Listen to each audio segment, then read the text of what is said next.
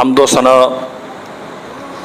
اللہ وحدہ لا شریک کے لیے، درود و سلام سید الانبیاء جناب محمد رسول اللہ صلی اللہ علیہ وسلم کی ذات گرامی پر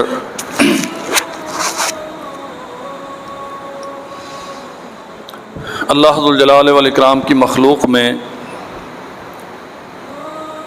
نبوت اور رسالت یہ سب سے بڑا منصب ہے۔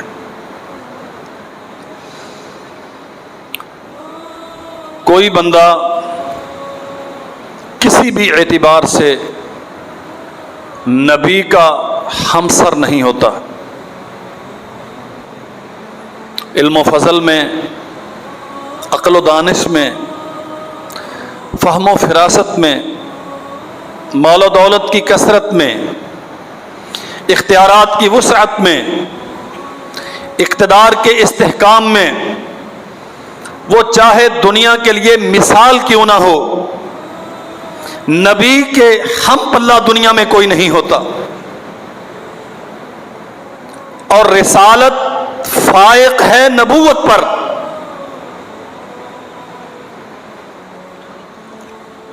نبی بہت ہیں، رسول بنسبت انبیاء کے کم ہیں۔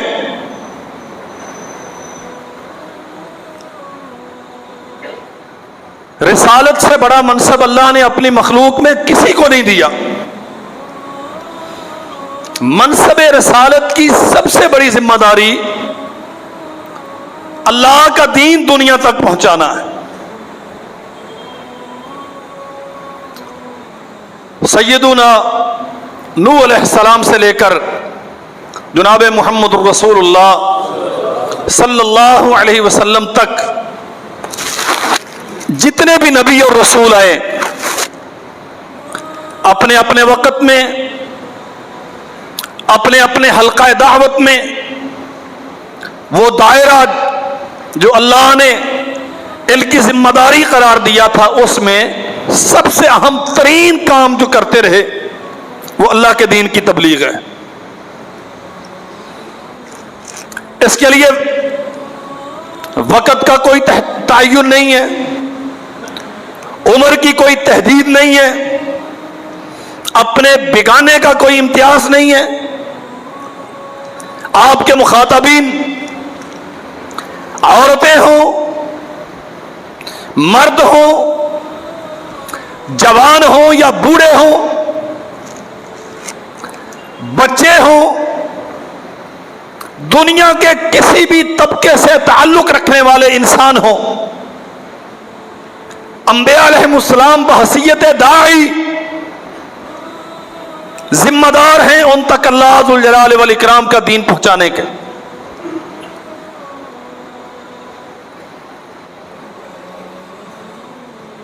اللہ ذوالجلال والاکرام نے جناب محمد رسول اللہ صلی اللہ علیہ وسلم کو من جملہ صفات میں سے ایک صفت اور خاصیت قرآن مجید میں اس انداز سے عطا کی ہے، یا ایھا النبی انا ارسلناک شاہدا ومبشرا ونذیرا۔ ہم نے آپ کو گواہ بنا کر خوشخبری دینے والا، جو مان گیا ان کے لیے خوشخبری ہے جنت کی، ونذیرا جو نہیں مانتا انہیں جہنم سے ڈرانے والا بنا کے بھیجا، وَدَاعِيًا إِلَى اللَّهِ بِإِذْنِهِ، اللہ نے آپ کو داعی بنا کے بھیجا ہے، آپ ساری انسانیت کو اسلام کا پیغام پہنچائیں گے کہ یہ اس کا حکم ہے۔ نبی کریم صلی اللہ علیہ وسلم زندگی بھر یہی دعوت دیتے رہے، کوئی امتیاز نہیں ہے آپ کی دعوت میں۔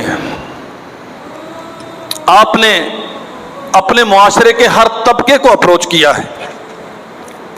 جو وقت کے حکمران تھے، جہاں تک خود پہنچ سکے، سرداروں کے ڈیروں پر، چودھریوں کے بڑے بڑے محلات میں، ان کی بیٹھکوں پر علاقے کے سرداروں پر سرور کونین صلی اللہ علیہ وسلم نے اللہ کی توحید کو، اپنی رسالت و نبوت کو پیش کیا.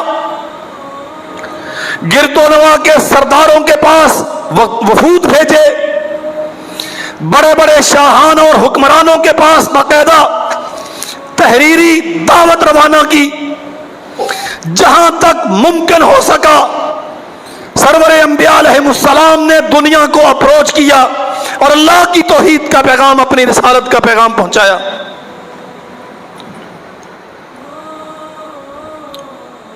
آسمان سے کوئی پیغام اترتا، پہلے مردوں میں کھڑے ہوتے، انہیں بتاتے. اللہ ذو الجلال والاکرام نے یہ آیات یا یہ احکامات اتارے. پھر عورتوں میں تشریف لے جاتے، یکساں طور پہ تربیت کا اہتمام کیا ہے، جیسے مردوں کا ویسے ہی عورتوں کا، اور بالکل ایسے ہی بچوں کا. یہ اصل ہمارا موضوع بحث ہے. قانون سازی ہونے جا رہی ہے.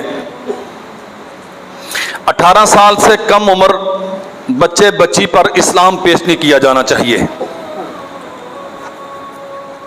مملکت خداداد پاکستان 18 لاکھ شہداء کی قربانیوں کے نتیجے میں حاصل کیا جانے والا اسلامی ملک، جس کی پارلیمنٹ کی پیشانی پر لا الہ الا اللہ محمد الرسول اللہ کا کلمہ جگمگائے. اور بدقسمتی یہ ہے، کیا حکمران جماعت، کیا اپوزیشن، کیا مذہب کے نام لیوا، کیا لبرلز اس قسم کی حرام کاری میں سارے جمع ہوتے ہیں. جب مسئلہ ختم نبوت کے خلاف قانون سازی ہو رہی تھی، وہاں حامرین جبہ و دستار نے بھی ووٹ کیا، وہاں اپوزیشن بھی شریک تھی، وہاں گورنمنٹ کی یہ حکومتی پارٹی اور حکومتی ڈیسکوں پہ بیٹھنے والے یہ بھی اس میں شامل تھے. یہ ان کے انداتا، ان کے ناخدا جن سے یہ روٹیوں کے ٹکڑے لے کے پلتے ہیں، یہ ان کے ایمان پر اس اسلام کی اساس لا الہ الا اللہ محمد الرسول اللہ کے خلاف آئے دن کوئی نہ کوئی تماشا لگائے رکھتے ہیں. ریاست مدینہ کا سلوگن لے کے آنے والے، محمد کریم کے امتی ہونے کا دعویٰ رکھنے والے، اس پارلیمنٹ میں 18 لاکھ شہداء کے قربانیوں کے نتیجے میں لیے جانے والے ملک کی پارلیمنٹ میں بیٹھ کے یہ قانون سازی کریں. قسم ہے رب ذوالجلال والاکرام کی، ایسی پارلیمنٹ کو ڈوب کے مر جانا چاہیے.